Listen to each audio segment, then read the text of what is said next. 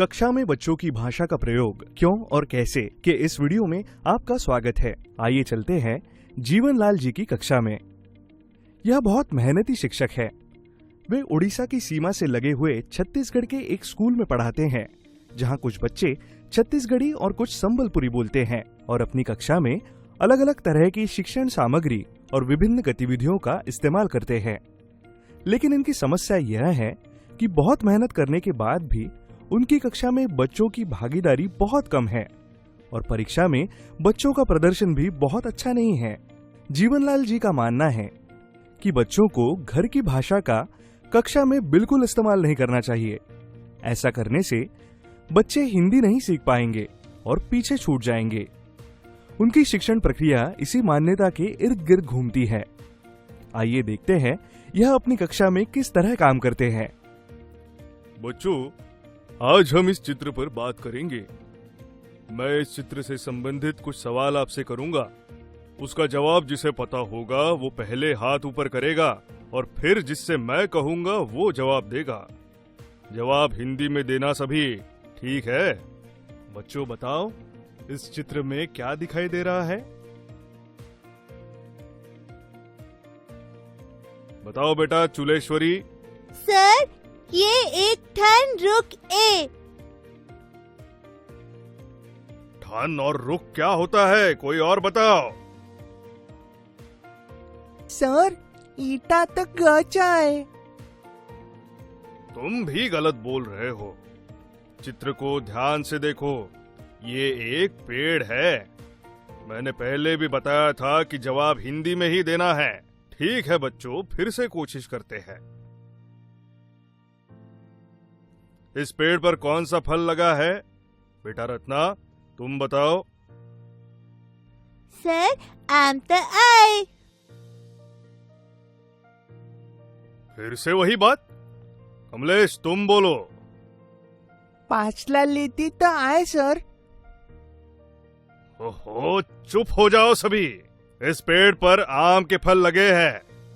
बार बार इतना मना करने पर भी पता नहीं क्यों तुम लोग मिली जुली भाषा का प्रयोग कर रहे हो। अच्छा चलो छोड़ो, विस्तार से बताओ कि आम के पेड़ से हमें क्या क्या लाभ होते हैं। इस सवाल के जवाब में न ही किसी बच्चे ने हाथ ऊपर उठाया और न ही किसी ने जीवनलाल जी से नजरें मिलाई, क्योंकि पिछले सवालों को तो वे जैसे तैसे अनुमान लगाकर समझ गए थे, पर यह सवाल तो उनके सिर के ऊपर से ही निकल गया था। जीवनलाल जी ने अब प्रश्न को थोड़ा सरल बनाकर पूछा। ये बताओ कि आम के पेड़ से क्या क्या लाभ होते हैं। यह सवाल सुनकर बच्चे घबरा गए, क्योंकि उन्हें पता था कि उनका जवाब गलत ही होने वाला है। बच्चे अपने ज्ञान को हिंदी में अभिव्यक्त करने के लिए सक्षम नहीं हैं। मुझे तो जानू छे, लेकिन कई बार के डर लगू छे। मुझे जानू छेगा। जीवनलाल जी को लगा कि इस सवाल का जवाब बच्चों को नहीं पता, इसलिए वे चुप रहे। इसलिए उन्होंने स्वयं ही आम के पेड़ के सभी लाभों और अंगों के बारे में विस्तार से हिंदी में बताया और फिर निराश होकर कक्षा से बाहर चले गए। इस तरह आम के पेड़ पर चर्चा संपन्न हुई।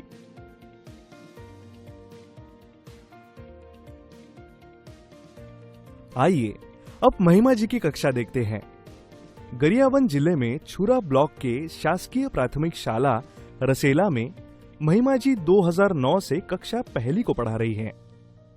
छत्तीसगढ़ का यह गांव उड़ीसा राज्य से लगा हुआ है, इसलिए यहाँ उड़ीसा की भाषा, रीति रिवाज, खान पान, रहन सहन आदि का प्रभाव आसानी से देखा जा सकता है।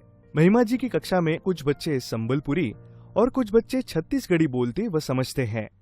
आइए महिमा मैडम की एक दिन की कक्षा का अवलोकन करते हैं। महिमा मैडम बच्चों को कक्षा पहली की हिंदी पाठ्य पुस्तक का पाठ 17 बंदर और गिलहरी पढ़ा रही है। बच्चों, आज हम ये कहानी पढ़ेंगे।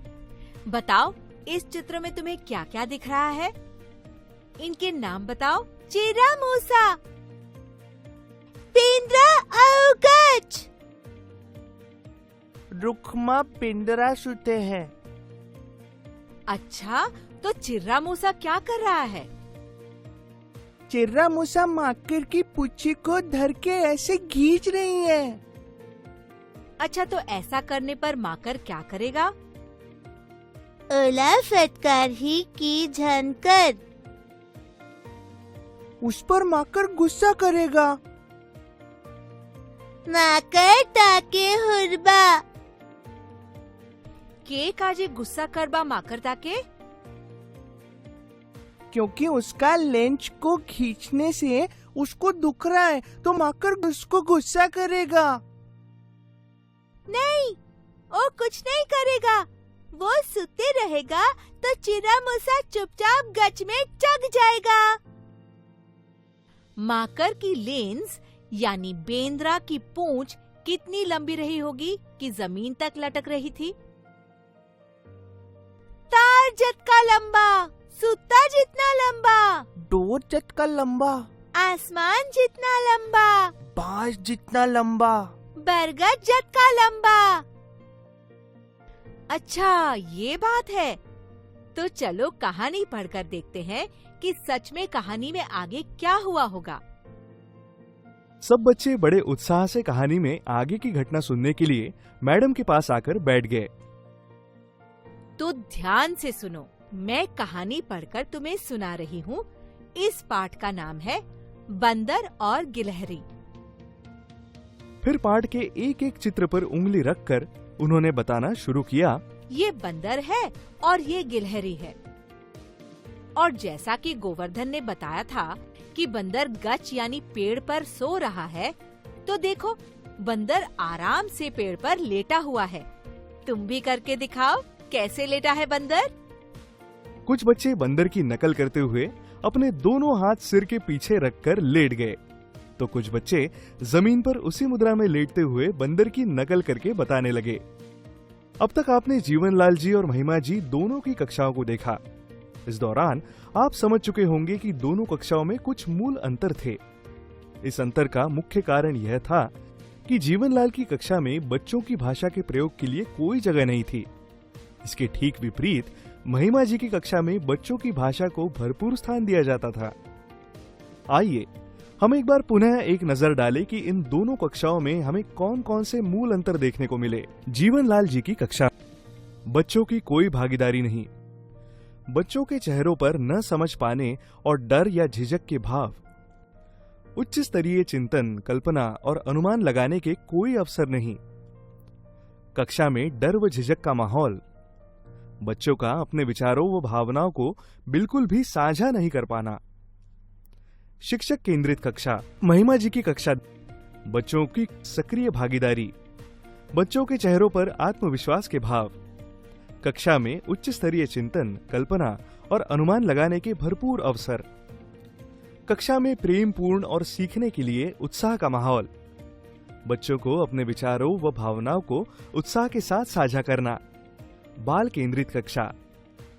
इस वीडियो के माध्यम से हमने यह समझा कि कक्षा में बच्चों की भाषा का खुलकर प्रयोग करना कितना आवश्यक और महत्वपूर्ण है।